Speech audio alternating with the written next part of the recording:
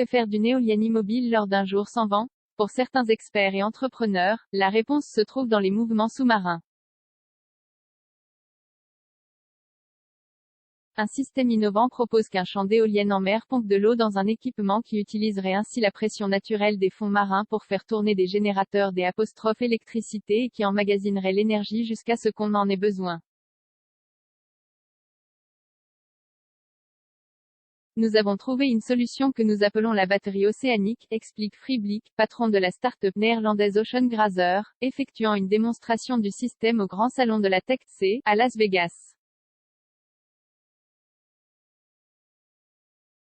Alors que se multiplient les appels à abandonner les sources d'énergie contribuant au changement climatique, comme le charbon, trouver des moyens de stocker l'énergie verte devient crucial, selon les experts, pour que celle-ci réponde aux besoins. Un système de pompage-turbinage parce que la nature ne produit pas toujours du vent ou de l'ensoleillement aux périodes où la demande en électricité est la plus forte.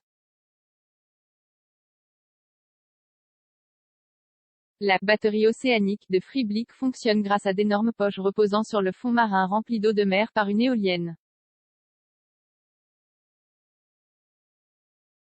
En cas de besoin d'électricité, la pression exercée par l'océan sur ces poches permet de faire passer de l'eau à travers le système, qui inclut des turbines, générant ainsi de l'énergie.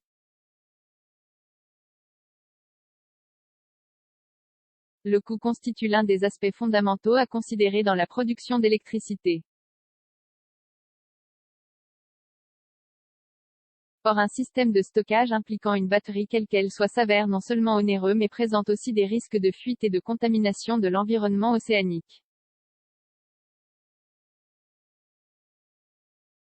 Des dispositifs faisant appel à la pression hydraulique sont déjà utilisés dans des barrages hydroélectriques qui réinjectent de l'eau, pompée dans des bassins ou des cours d'eau, jusque dans leurs réservoirs quand la demande en électricité chute.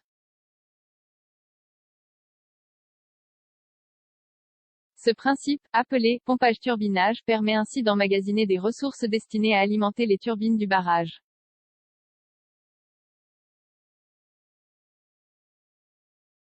« 80% d'efficacité. Le ministère américain de l'énergie situe l'origine du concept en Italie et en Suisse dans les années 1890.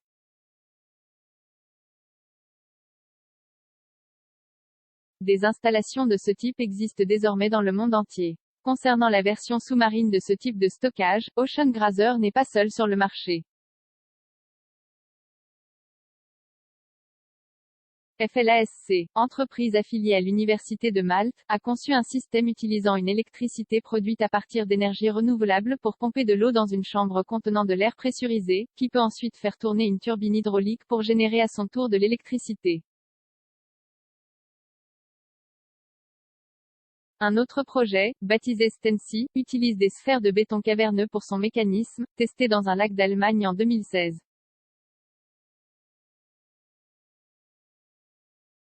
Selon le patron d'Ocean Grazer, les structures sous-marines utilisent à leur avantage la pression des fonds de l'océan, une ressource gratuite permettant d'alimenter un système qu'il estime efficace à 80% pour stocker de l'énergie.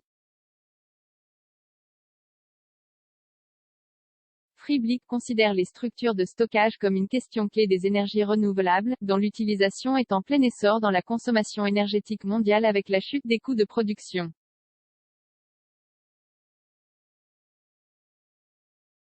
Aux États-Unis par exemple, ces sources d'énergie décarbonée ont enregistré la croissance la plus rapide dans le mix énergétique, en augmentation de 42% entre 2010 et 2020, selon l'ONG Center for Climate and Energy Solutions.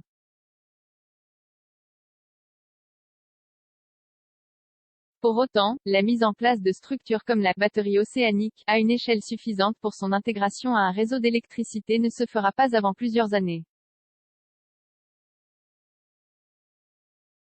Friedlich prévoit ainsi d'installer son système en mer pour la première fois d'ici 2025, après l'avoir d'abord déployé dans un lac du nord des Pays-Bas en 2023.